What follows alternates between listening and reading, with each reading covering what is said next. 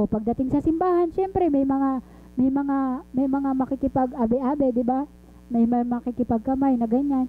So, ang pastor namin, kapag ganyan yung sistema namin, sila na ang mga nagpe-pray. Kasi takot ako nun sa rejection. Takot ako na pag sinabi ko na willing ka bang tanggapin si Jesus bilang Savior mo? Wala. Pwede ko naman sabihin na tanggapin mo na ngayon. Bibigyan kita mamaya ng puto. No, hindi naman pwedeng ganon. So, naghihintay din ako ng sagot. Uy, mahalaga sa amin ang puto ha. Hindi katulad dito, naglipa na ang puto. Sa amin, special ang puto. Ganun ang sistema naming mag-asawa para maisama namin yung mga youth dun sa amin. Kahit kami na sumagot ng pagkain nila, sumama lang sila.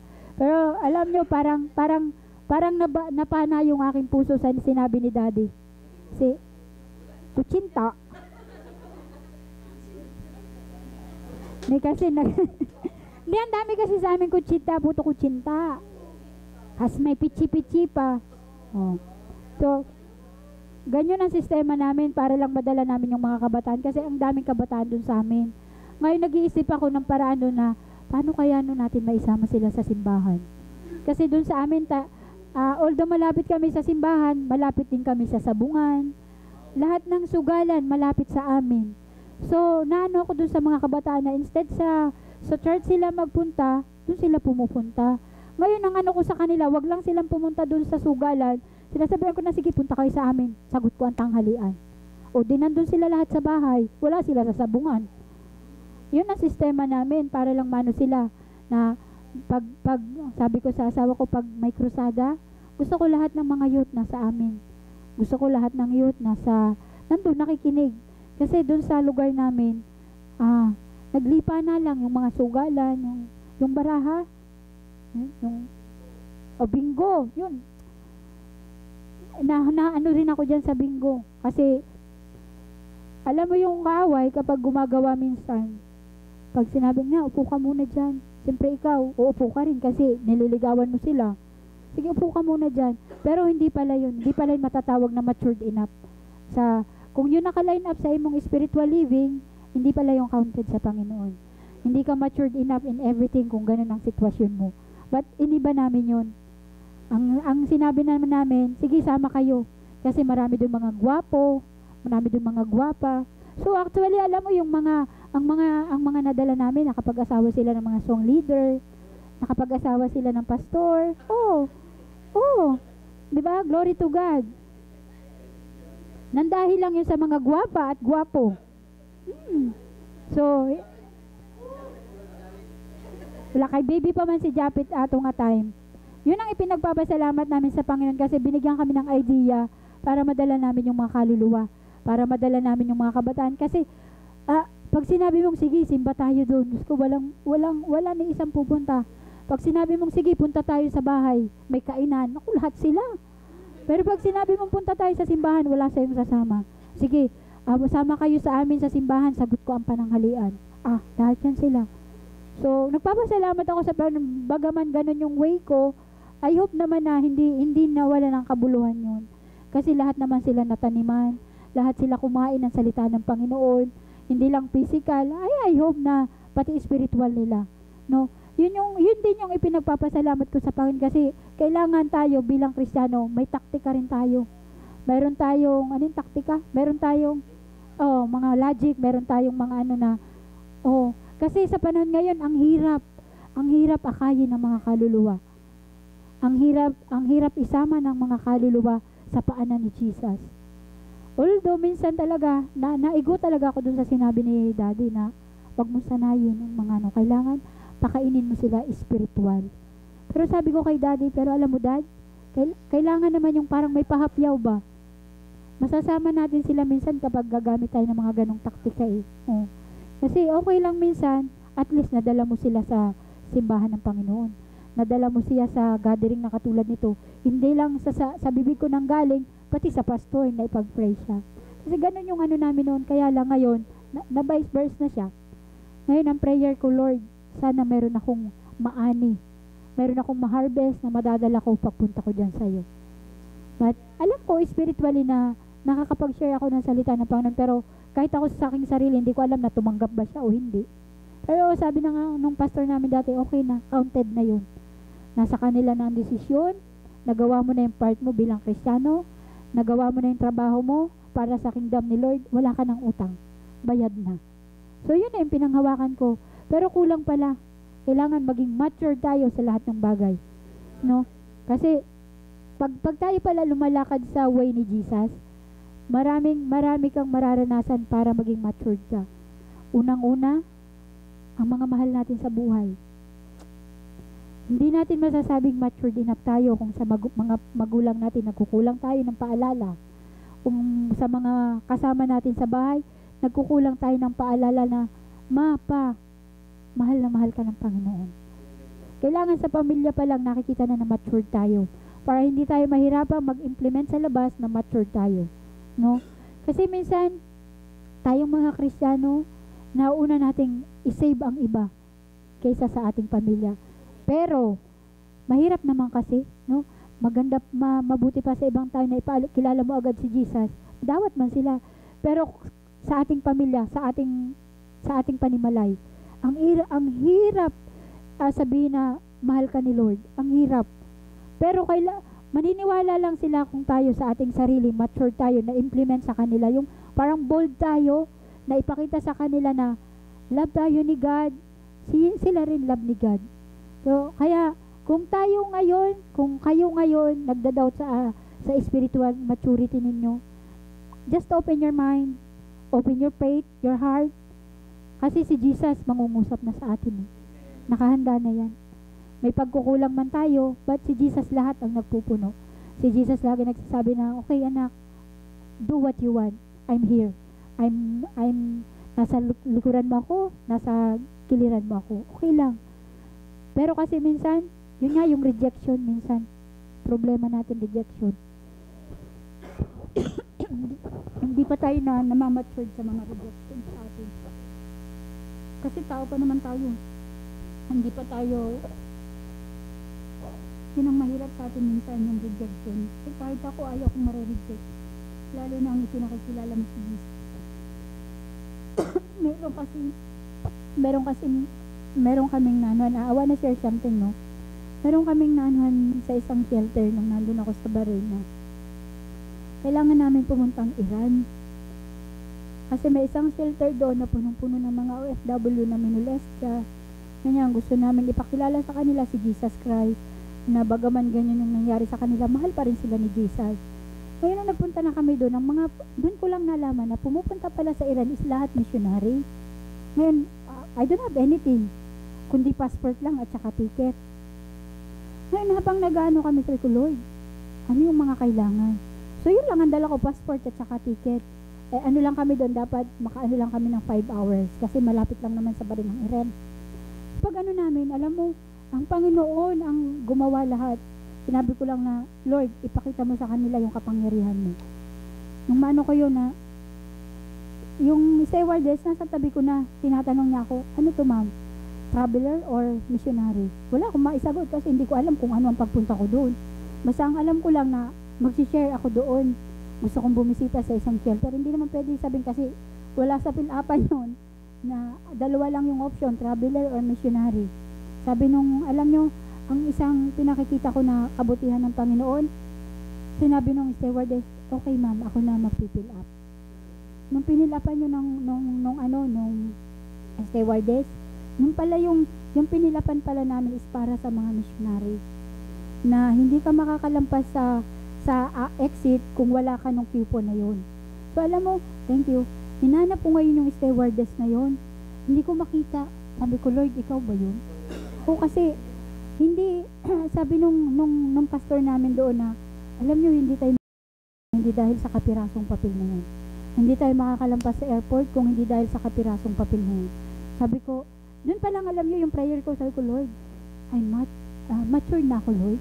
Kasi parang, yung panalangin ko, hindi siya nagtagal, gigrant ka agad ng Panginoon. Tapos nung time na sabi ko, Lord, ganun naka-mature ang aking prayer. Kasi sa una, doubt ako sa prayer ko. Kaya minsan mas okay yung magpa-pray ako sa pastor, sa mga intercessor. Nagpapa-pray ako Kasi kahit ako, wala akong tiwala sa prayer ko kung didinggan ba ng Panginoon, no? Kasi hindi ko alam kung mature na ba yung prayer ko, kung mature na ba ako. Kaya pasalamat din ako sa brother husband ko, kay siya man ang aking prayer partner every time. So nung time na yon, nung binigay na namin sa hala, ilan lang kaming nakapasa. Hindi ko alam na yun palang yung coupon na pinilapan namin is parang interview na hindi ka makakapasok. Kay Diyos ko, pagpasok ko, paglabas namin sa airport, Diyos ko, doon ako parang kinabahan, ultimo singit ko, puwit ko pinagpawisan. O kasi ang mga kaharap namin, ano sila, hindi mo talaga makita yung mukha. Yung mga babae, hindi mo talaga makita ang mukha. Wala kang makikita, pati mata, lahat may taklob. Tapos, sabi ko dun sa ano namin, sa pastor, saan tayo pupunta? Kasi ako walang idea. Ang sinabi lang, punta tayo sa isang shelter kasi may i-save tayong mga kaluluwa doon. Nung paglabas namin ngayon sa airport, Diyos ko, parang gusto kong bumalik sa airport. Paglabas namin, gusto kong bumalik sa aeroplano, gusto kong bumalik na. Kasi yung mga taong nakakasalubong namin, hindi katulad natin. Ano sila, parang, kung nakakakita kayo ng mga haji, na ganun, na meron silang prinsipyo sa buhay, na mahirap baliin yung kanilang mga pananampalataya. Doon kami ngayon napunta sa lugar sa Iran. Yun sabi ko, Lord, anong gagawin ko rito? Hindi pa naman ako matured in everything. Sabi ko, ba't mo ako dinala dito? Noon sabi ng Panginoon, akala ko ba sinabi mo na matured ka na sa prayer mo? Bakit ngayon nagda-doubt ka na naman? Doon lagi ako, laging pornada lagi. Doon ako lagi talo kasi minsan, andyan ng Panginoon kasama ko, nagda-doubt ako na kung makikita mo talaga yung mga mukha nila, hindi ka talaga mawiwiling mag-stay sa lugar na yun. So, nung nandun na kami sa shelter, hindi talaga ako nahiwalay sa puwitan ng pastor. Kasi, di ba, sabi daw, ang prayer daw ng pastor is powerful. So, lagi ako nasa likuran ng pastor. Nasa kiliran ng pastor. Basta hindi ako nahiwalay sa pastor. Kulang na nga lang, umakbay ako sa pastor.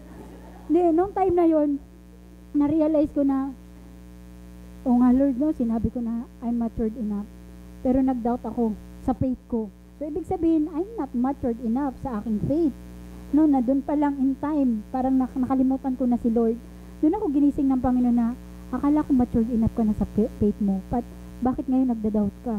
Doon ko na-realize na tama pala. And every time na maglalakad tayo para sa Panginoon, kailangan palawakin natin yung faith natin. Para masabing spiritual matured tayo. Nung nandun na kami, sabi ko talaga, Pastor, hanggang anong oras tayo dito? Kasi alam nyo, pag nakapasok kayo sa shelter bitaw, maawa talaga kayo. Kasi nandun yung mga sinaktan ng amo, binugbog ng amo, ni-rape. Meron pa kaming na ano siya kasi sinundot yung mata niya ng toothbrush. Sinundot yung mata niya ng toothbrush. Hindi ko sa kanya ma-explain ang love. Kasi ang gusto niyang mangyari, kung may love, bakit nandun siya? So kahit ako hindi ko kayang sagutin, no? Kasi paano ko sasagutin yung tanong niya na nandun siya? So sinabi ko lang sa kanya na, God, may purpose ang Panginoon, bakit ka nandyan? Tapos, naghihintay sila ng amnesty para maiuwi sila ng libre dito sa Pilipinas kasi ang iba't mga tumakas, mga wala silang passport, wala silang mga documents. So, ang hinihintay nila is amnesty para galing sa gobyerno. So, nung nandun na kami, ko, Lord, pwede bang ma-extend yung oras para masabi namin sa mga kaluluwang narito na kung gaano sila kamahal ng Panginoon, na may-purpose ang Panginoon, bakit nandun sila. So, nung last week, may nag-chat na, alam mo, kasi ang tawag nila nun sa akin, ading-ading, kay ako ang pinakamaliit. Ako yung bunso, no, pero kahit ako yung matanda sa kanila, ako yung bunso. Then nung sabi niya, nag-text siya, sabi niya, Ading, salamat sa imong prayer, salamat sa imong Ginoo. Sabi ko, bakit? Narito na kami ngayon sa taga Ilocos, Manggudto sila. Nakauwi na kami. Salamat sa Ginoo mo. Sabi ganyan. Sabi ko nun, true message, sabi ko, hindi lang sa akin yung Panginoon, para sa ating lahat yun. Kaya sabi ko sa kanila na, habang may buhay, may pag-asa. Kung ngayon wala pa si Kristo sa puso mo, ngayon pa lang, ipasok mo na si Jesus Christ sa puso mo.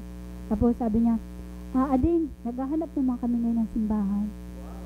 Ngayon, hindi ko naman masabi sa kanila kung ano yung, kasi nagtatanong sila, ganito yung tanong nila, Ading, ano yung pwedeng simbahan puntahan namin? Alam mo, sabihin ko, pumunta kayo sa ganitong simbahan. Sabi ko, kung mayroong mga church dyan na true, yung gospel bitaw, kay yun man ang mga kadalasan sa probinsya. yung mga full gospel. Kung meron kayong naririnig na ganyan, ayun na, okay na yun. Basta wag nyo lang kalimutan na God loves you. In any ways, any place, God loves you. Yun doon ako na thank you Lord. Kaya, ito, nagpapasalamat ako sa Panginoon kasi parang minulat niya rin yung faith ko, yung spiritual growth ko, parang minulat din ng Panginoon. Kasi, frankly speaking, dito lang din ako nakakapagsalita ng ganito. Kaya I grab the opportunity mo. Kasi sa labas, kung ma-share ko sa inyo, hindi ganito, open. So doon, hindi mo masasabing matured ka kasi minsan online, nagpipray ka online. Walang privacy. Kung baga sa kapag sumimba ka, walang privacy. Nasa ganitong gathering ka, walang privacy kasi nasa underground kayo. Makakapag-church ka, masasabing church kung nag-rent ka ng venue, nag-rent ka ng mall, nag-rent ka ng sinihan. Yun, doon kayo makakapag-church, doon kayo makakapagwala. Kasi hindi ka tulad dito na nakakapag-worship tayo freely. Doon hindi. Mahirap.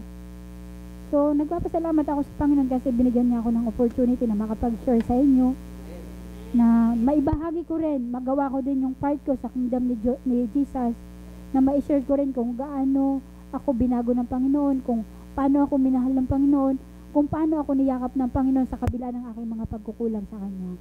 So, kaya nagpapasalamat ako sa Panginoon na na-share ko rin ito, no? Kasi kahit balibara na ako na dili ko, ayoko nito ba? Ito yung pilit na ipinakikita sa akin ng Panginoon na kung ano pa, pinakita pa ng Panginoon yung Philippians. Okay na, 1 minute? Matatapos na ako. Matatapos na ako. Sabi ng Panginoon doon sa Galatians 3:13 to 15, na ang buhay nating mga Kristiyano is parang atleta, parang manlalaro. Na kailangan, nagkaroon man tayo ng problema, huwag tayong tumigil sa pagtakbo, sa pagkuha ng reward na naghihintay sa atin. Kasi huwag nating hayaan na sa isang problema, nawala na tayo. Huwag nating hayaan na yung sa ipararanas natin ng Panginoon sa atin na bagyo, huwag nating hayaan na malugmok tayo ng dahil sa bagyo. Pakibasa po. Hinuon mga igsuon, wala gayud ako maguna-una nga nakabot ko na ang inyong akong gitinguha. Ang gihimo ko mao ang paghikalimot sa nangagi ug ang pagpaningkamot kutob sa mahimo aron makaabot sa dag-anan. Busa nagdagan ako diretso gayud sa dag-anan aron maangkon ko ang ganti sa pagkatinawag sa Dios. Pinaagi ni Kristo Jesus ngadto sa kinabuhing walay katapusan. Okay, salamat po. Sabi diyan, 'di ba? Para maging matured enough tayo, kalimutan natin yung nakaraan natin. 'Di ba? Nung tinanggap natin si Jesus, ipinagkatiwala na natin sa Kanya yung past natin. Hayaan natin si Lord ang tumunaw nung lahat ng past natin. No? Hayaan natin ang Lord ang mag-alis nyon. Pero minsan nabubuhay kasi tayo sa past. Nabubuhay tayo sa past para tayong computer na hindi na virus. No? Kaya minsan yun yung ayaw ng Panginoon, yung nabubuhay tayo sa past. Kaso paano natin makikita yung future natin kung yung past pa rin ang pinangahawakan natin? Paano natin makikita yung future na inihanda ng Panginoon kung sa past pa rin tayo natutulog, kung sa past pa rin si past pa rin yung niyayakap natin? Diba? Sabi diyan, kailangan limutin natin yung mga past, yung mga masasakit na nangyari sa atin.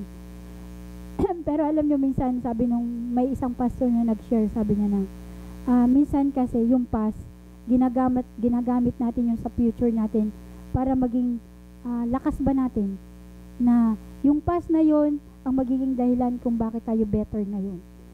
Pero sometimes kasi, ang gusto ng Panginoon na alisin yung past, yung mga pangit na past na naganap, na nangyari sa buhay mo. Yung past na gustong alisin ng Panginoon para masabi nating matured tayo. Matured tayo sa ating mind, matured tayo sa ating faith, and matured enough tayo sa ating spiritual living. Kasi hindi natin makikita na spiritual matured tayo kung yung past pa rin ang lagi natin naaalala. Hindi maibigay ng Panginoon sa atin yung future na gusto niya para sa atin kung sa past pa rin tayo nakatingin. Kasi minsan yung past, oo, alam ko na may mga past na hindi madaling kalimutan. Pero sabi nga ng Panginoon, kung yung past na yon ang makakapagpabaksak sa iyo, kalimutan mo yung past na yon. Kasi ang Panginoon ang gagawa ng future, ang magandang future para sa iyo, para malimutan mo yung past na nangyari sa iyo. Kasi madaling tanggapin ang blessing galing sa Lord kung wala kang kuan bitaw kanang babag sa imong puso. Wala na yung past, wala na yung mga panis na nakaraan sa buhay mo, no? Kasi kung tinanggap na natin si Lord bilang ating sariling Panginoon at tagapagligtas, malinis na tayo. Nilinis na niya tayo dahil sa dugo. Dahil nagsakripisyo na siya para sa atin, linis na tayo sa paningin niya. Kaya lang minsan, tayo na rin ang gumagawa ng dahilan para ibalik sa ating huna-huna ang mga past na nangyari sa atin. Minsan kasi tayong mga Kristiyano, in denial, manggod ka. In denial ta. Minsan ipinakikita ng Panginoon yung malaking future nimo, pero doon ka pa rin nakatingin sa maliit na past. Doon ka pa rin nakapicture sa past, hindi mo na pagkagamay-gamay. Pero ang tinakda ng Panginoon is yung future na malaki pa. Kaya challenge ko, no, kanang i-remind ko lang sa bawat isa sa atin na masasabing mature enough tayo kung ano bitaw ta, kung kanang bold na tayo in everything. Mayroon na tayong lakas ng loob na i-share si Jesus, whether gera man yan, bagyo man yan, na yung kaya na nating ipagtanggol si Jesus sa mga tao. Yung kaya nating panghawakan yung mga salita ng Panginoon na gusto din ihatid sa kanila.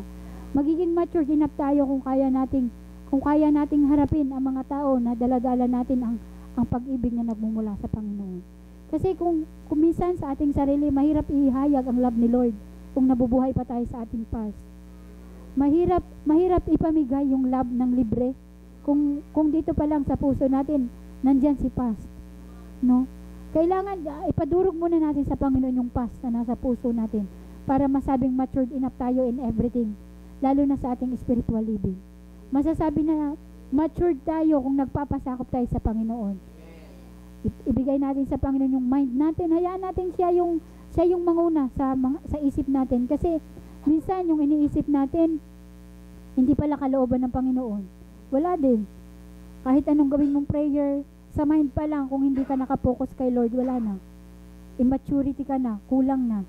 Pero kung pag sinabi ng Panginoon, anak, yung faith mo, sabi, di ba, kahit katiting na faith natin, kaya nating makapagpalipat ng bundok. Kaya ang ganda ng ano ng Panginoon, kaya lang minsan, ang pagkukulang nasa atin na. Harapin natin sa hindi, ang pagkukulang nasa ating lahat. But, mahal tayo ng Panginoon. Kasi sa mga pagkukulang na yun, ang Panginoon ang laging nagdadagdag, ang Panginoon ang laging nagpupuno. Kasi laging katwiran natin, sorry Lord, I'm not matured enough for that. Pero sinasabi na ng Panginoon na, anak, gawin mo lang, ako ang bahala. Matigas naman kasi ang ulo natin. Nandiyan na yung sinabi ng Panginoon, sige anak, gawin mo lang, ako na ang bahala. Minsan nakakalimutan natin kasi yung sinabi ng Panginoon na, sige anak, ako ang bahala. Sige Lord, kung ikaw ang bahala, anong gagawin ko? Sinabihan ka ng ganyan, kay Lord mo pa rin iaasa. No? Minsan yun yung kulang sa atin bilang isang Kristiyano. Minsan gumagawa tayo pero kulang. Ang gusto kasi ng Panginoon is yung pull na mula sa puso natin, mula sa isip natin. Yung faith natin na hindi nagkukulang, hindi nababawasan, yun yung gusto ng Panginoon para matawag na matured enough tayo sa ating spiritual living. Dahil sabi nga, di ba, kung bata ka, asal bata ka, isip bata ka, lahat bata. Kaya lang, matanda ka na, sige, mag-asal bata ka, baka daling ka sa mental hospital. Di ba? Yun yung ayaw ng Panginoon mangyari. Na panahon ngayon, hindi ka na bata, hindi ka na sanggol. Hindi na gatas ang ating iniinom. Hindi na gatas hindi na malalambot na pagkain ang dapat natin kinakain. Kailangan nasa solid na tayo. No? Paalala ko lang na, hindi na ngayon ang panahon ng pagtatanim. Panahon na ngayon ng pag-aani. Dahil minsan sinasabi sa atin ng Panginoon na, sige anak, akong bahala. Ang desisyon nasa atin. Kaya ngayon, kung may mga Kristiyano bitaw na maiwan, siguro kasalanan na yun ng Kristiyano. Kasi lahat ng warning ibinigay na ng Panginoon. Lahat ng paalala binigay na ng Panginoon. Mula pagkabata natin, tinuruan tayo ng Panginoon kung paano sumunod sa kanyang mga utos. Tinuruan tayo ng Panginoon kung paano tayo maging matured. hindi lang sa ating prayer life, Bible reading, hindi lang yun ang ibinigay na Panginoon para sa atin. Lahat na binigay sa atin ang pagmamahal. Lahat na yun nga lang minsan hindi natin kayang implement. Kasi bakit? Kulang manggod tayo sa ating mga pangunawa. Hindi open ang ating mind. Kaya hayaan natin ang Panginoon ang manguna sa ating buhay. Kasi wala na, kumbaga sa ngayon, lahat na lang dapat, thank you Lord, kasi ibinigay na ng Panginoon lahat. Magte-thank you Lord na lang tayo sa kanila. Yun na lang kung paano natin tatanggapin yung ibinigay ng Panginoon. Kasi hindi natin makukuha yung isang bagay kung yun ang ikasisira natin. Hindi pa hintulot ng Panginoon na ma-down tayo bilang anak niya. Kasi iniligtas nga tayo ng Panginoon, no? Nagsakripisyo ang Panginoon sa krus. Siya ang nagpapako, siya ang nagpasa ng krus para sa atin. Bakit sasayangin natin, no? Kasi minsan tayong mga Kristiyano, ano man tayo kasi yung curiosity natin minsan, akala natin na sa lahat ng panahon, mahal tayo ng Panginoon. Mahal tayo ng Panginoon, pero minsan tandaan natin na ang Panginoon is may dalawang kind, magkaiba, may dalawa siyang, ano ba yun? May two kinds siyang love na binibigay para sa atin. Yung love na kailangan niya tayong gisingin, yung love na ibibless niya tayo. Kasi magkaiba yun. Kapag binibless ka ng Panginoon, yeah, it's love. Blessing from the Lord, it's love. Pero minsan, nakakalimutan natin na sa gitna ng mga trahedya, sa gitna ng bagyo, sa gitna ng problema, nalilimutan natin na gantihan ang Panginoon ng love na ibinigay niya sa atin. Kaya minsan nagkukulang tayo sa prayer. Paano nating masasabing love natin si Lord kung sa prayer pa lang hindi na tayo sa Kanya? Kasi alam nyo, minsan hindi talaga ako prayerful. Hindi ako prayerful, yan ang kulang sa akin. Pero alam nyo, yung lagi na akong nag-abroad, pasalamat din ako sa Panginoon kasi isa rin yung sigurong idea ng Panginoon. Kasi alam nyo nung mga nasa mababang age pa ako, hindi pa sa age ko ngayon. Nung nasa kabataan pa ako ng age ko, wala talaga sa isip ko mag-abroad. Wala sa bokabularyo ko ang mag-abroad. Wala. Na kahit yung ate ko nasa Dubai, yung ate ko sa Australia, wala, ni sumagi sa isipan ko, ayaw kong mag-abroad. Pero alam nyo nung time na yun, kung ako'y nag-abroad noon, walang cellphone, telegramara. Ay yung mga liberty na mga telephone sa una, na hulugan mo, pwede mong yung 1 or, di ba, yun lang noon. Tapos, may telegrama. Pag nagtelegrama ka, letter by letter man ang bayaran nyo na binarok bitaw ang salita, uwi ko. Ganyan lang ba? So, nung panahon na yun, alam ko na mahal ako ng Panginoon, hindi ako pinilit ng Panginoon na mag-abroad. Kasi walang cellphone, walang komunikasyon. Pero alam mo, nung nag-abroad ako, nung last 2013, lahat na. Nandiyan na si internet, hindi na ako mahirapan. So, parang, hinaano ko na mahal ako ng Panginoon. Hindi ako niya dinala sa abroad ng yung mga kulang ang sistema.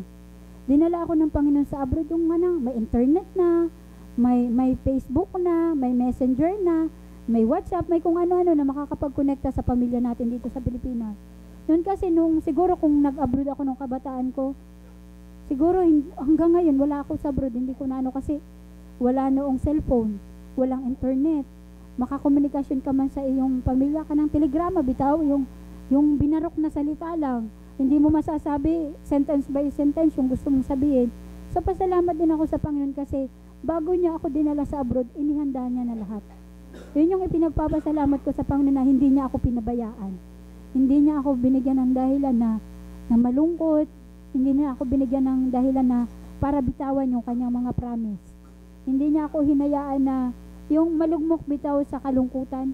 Lahat bago ako pumunta ng abroad, inihanda yun ng Panginoon. Kaya nagpapasalamat ako sa Panginoon. Kumbaga, ginamit rin yun ng Panginoon yung pag-abroad ko na maging malapit ako sa Kanya. Kasi sa abroad, sa totoo lang, wala ka talagang ibang aasahan, kundi ang Panginoon. Paano kung wala kang Panginoon sa puso mo? Sino ang aasahan mo? Sarili mo. Paano kung dumating yung oras na wala kang Panginoon? So, ngayon ko na-realize yung lahat ng bagay na yung pala is nakaplano na ng Panginoon para sa aking buhay. Kaya sabi ko sa Panginoon, Lord, sometimes nakakagawa ako ng hindi kalugod-lugod sa iyo. Nakakagawa ako ng mga bagay na hindi mo nagugustuhan. Sorry, kasi tao pa naman tayo. But, I'm not a perfect person, but ginagawa kong maging better person ginagawa kong maging better Christian, ginagawa kong maging better sa harapan ng Panginoon para hindi naman akong umuwi sa Kanya na wala. Hindi ako umuwi sa Kanya na wala man lang akong maano na, Daddy, ito yung nagawa ko. Daddy, ito ang harvest na dinadala ko sa harapan mo. So, mula noon hanggang ngayon napapaisip ako na mahal ako ng Panginoon. Kasi siguro nung time na nag-abroad ako nung wala pa lahat, siguro hindi ako nagtagal sa abroad. Ngayon hinihanda ng Panginoon na yung mga bagay-bagay na wala noong panahon na yon, doon ko naisip na mahal ako ng Panginoon. Kasi naging malapit ako sa Panginoon sa prayer. Tinuruan ako ng Panginoon paano maging intact sa Kanya. Unang-una sa pamilya. Tinuro yung lahat sa akin ng Panginoon. Yun pa nga ang minsan ikinaiinis ko. Bakit nung nasa Pilipinas ako na maraming kaluluwa na dapat isave, hindi ako dito naging prayerful bitaw. Doon ako napapaisip na minsan kasi kailangan din nating lumabas. Kailangan nating mag-explore. Kasi minsan sa comfort zone natin may kulang din eh. Hinihintay lang tayo ng Panginoon na lumabas sa comfort zone para ibigay ng Panginoon yung the best para sa ating future. Kaya ngayon nagpapasalamat ako sa Panginoon na may nakausap kasi akong nanay na OFW din na yung anak niya naglaya sa bahay. Yung anak niyang babae na rape kasi laging yung laagan ba. So naano ko na paano kaya kung minsan napapaisip ako ng ganun ba, although I know God is there, no, na ang Panginoon ang protector namin. Minsan napapaisip ako ng ganun na kasi ang mga OFW ang pinangangambahan yung mga bagay-bagay na ganun. Minsan pag may mag-share sa akin ganyan, minsan nakakalimutan ko anak pala ako ng Diyos. Kasi minsan hindi ko siya mawala sa isip ko na ate, ang OFW din na ang mga problema isa lang. Although ang anak na rape, ang anak lulong sa droga, ang asawa sumakabilang bahay. Yun ang kadalasang ikinatatakot ng mga OFW. But isa ako na nagpapasalamat sa Panginoon kasi ang Lord ang protector sa lahat ng aming mga pangangailangan. Dahil ako nanay, no, siyempre ang gusto ko kaligtasan para sa mga anak ko. Ako bilang asawa, gusto ko ng maayos na pamilya. So, lahat yun, Panginoon, sige anak, okay lang. Gawin mo yung part mo, gagawin ko yung part ko sa pamilya mo. Okay lang anak, gawin mo yung part mo. I love you. I do my part. Habang naglilingkod ako dun sa labas, hindi ko na nagiging malapit na kami sa isa't isa. Kasi nung mga unang taong ko sa abroad, ang mga bata, yung mga anak ko, ay ramdam kong malayo din yung loob sa akin. Kasi may mga tanong minsan si Jade na mahirap sagutin. Ma, hindi naman kinahanglan ang kwarta. Minsan gusto kong ipaunawa sa kanya, oo. Kasi sa mga edad nyong yan, hindi nyo pa maisip kung anong halaga ng pera. Pero bilang nanay, bitaw, ayaw kong maranasan nila kung ano yung hirap na naranasan ko. So, ako ang nagsakripisyo para sa kanila. Para din si Jesus Christ, siya ang nagsakripisyo para sa atin. So, gusto ko rin ako bilang magulang, bilang nanay, gusto ko na ipalasap din sa kanila yung dapat na para sa kanila. So, doon nagpapasalamat ako sa Panginoon kasi yun yung naging way na naging open kami, naging malapit ako sa Panginoon, naging malapit kami, naging intact kami sa isa't isa. Yun yung hindi ko maano na mahal ako ng Panginoon. Hindi ng Panginoon hinayaan na mapunta sa masama ang mga anak ko. Napasalamat ako sa Panginoon kasi lumaki rin sila ng may takot sa Diyos. Yun yung ipinagpapasalamat ko sa Panginoon na hindi siya blessing in disguise kung bakit ako nasa abroad, kundi kapahintulutan yun ng Panginoon. Kasi kung noong time na nag-abroad ako na walang komunikasyon, siguro hanggang ngayon, yung kaunti pa rin yung kaalaman ko patungkol sa Panginoon. Kasi magiging kulang ako sa prayer. Kasi doon ko naranasan na kapag malapit tayo sa Panginoon through prayer, ang Panginoon na yung bahala sa lahat ng ating mga ginagawa. Yun yung pinagpapasalamat ko sa Panginoon. Kaya siguro ngayon masasabi kong I'm matured, but not enough. But I'm matured, no? Kasi ipinakikita na sa akin ng Panginoon yung mga ginawa niya, yung pagsasakripisyo niya para sa akin. So, yun yung pinaka-ahead ko na kinilala ko si Lord. bilang aking Panginoon at sariling tagapagligtas. Kaya, okay lang ka, di ba sa Pilipos sabi dyan na gawin natin para tayong mga manlalaro, yung mga atleta. Dumating man yung time na hindi mo na kaya, sige lang, go on. Kasi ang reward nasa unahan. Hindi mawawala ng kabuluhan ang ating mga paghihirap. Basta lalakad tayong kasama ng Panginoon. Magpasakop tayo sa kanyang mga promise, magpasakop tayo sa kanya. Ang Lord na ang bahala sa lahat ng ating mga pangangailangan. So, sabi nga, kung ibibigay natin, okay lang na mag-pray tayo ng Lord, ganito, ganyan. Si Lord man ang magdidesisyon kung para sa atin yan. Hintayin lang natin yung go signal ng Panginoon kasi hindi naman maramot ang Panginoon. Alam naman ng Panginoon na meron tayong puso sa kanyang mga gawain. Kaya okay lang. Gawin natin yung part natin bilang mga Kristiyano. Kasi doon natin makikita na magmamature tayo, step by step. Hindi man yun agarang dadalhin tayo ng Panginoon sa adult living, ipakikita ng Panginoon step by step kung ano tayo bilang Kristiyano. Kaya, okay lang mga kapatid na minsan nakakaranas tayo ng mga problema, okay lang. Persecution, okay lang. Minsan nga yung mga sa pamilya natin nararanasan eh. Pero okay lang, biblical naman yan, di ba, sa Mateo, na ang unang magpe-persecute sa atin is ang ating pamilya. Okay lang, kasi nakahanda na yan. Ang Panginoon na lang ang bahalang magpuno ng lahat ng mga pagkukulang. So okay lang, kung may mga magulang kayo na mahirap share, okay lang. Kung may mga magulang kayo na matigas yung puso, matigas pa sa bato, palalambutin nyo ng Panginoon. May tamang panahon lang, may tamang oras para doon. Huwag tayong magmadali. Kasi hinuhulma yun ng Panginoon. Hinuhubog yun ng Panginoon. Kaya ngayon lang, daanin lang natin sa prayer. Kasi wala naman imposible sa panalangin. Dahil prayer is the key naman eh. And every time, in every bad situation, prayer is the key. So patuloy lang tayo, magpagamit tayo sa Panginoon. Immature man tayo ngayon, darating naman yung panahon na itutuwid tayo ng Panginoon na gagawin niya tayong matured spiritually. So, yun lang mga kapatid, padayon lang tayo kasi hindi na ngayon panahon ng pagtatanim. Panahon na ngayon ng pag-aani. Kaya kung ang isip nyo ngayon is, at ang puso nyo ngayon is, magtatanim pa kayo, no, sorry, huli na ang lahat. Panahon na ngayon ng pag-harvest. Kasi kung tayo magtatanim pa ngayon, paano kung bukas dumating na ang Panginoon? Sinong mag-aano ng ating mga itatanim? So, ngayon is the harvest time na. Kaya kung naisipan mo ba ngayon mag-backslide, ayaw na. Kasi ang lahat nasa Panginoon na. Tayo na lang minsan ang nagkukulang. Kaya ano man yung mga pagsubok na ibigay sa atin ng Panginoon, dawata oy. Kaya ang Panginoon naman din ang magbibigay ng mga kasagutan sa lahat nating mga problema, sa lahat ng ating mga pangangailangan. Kaya padayon oy, padayon mga kapatid. Huwag tayong yung atleta na nadapa lang, wala na, hindi na nagpatuloy dun sa finish line. Kailangan tayo, whether may bagyo man, may pagsubok man, may problema lang, padayon lang. Kasi may reward na naghihintay sa atin. Hindi mawawala ng kabuluhan yung ating mga pagpapagal dito sa lupa. Kaya padayon lang mga kapatid.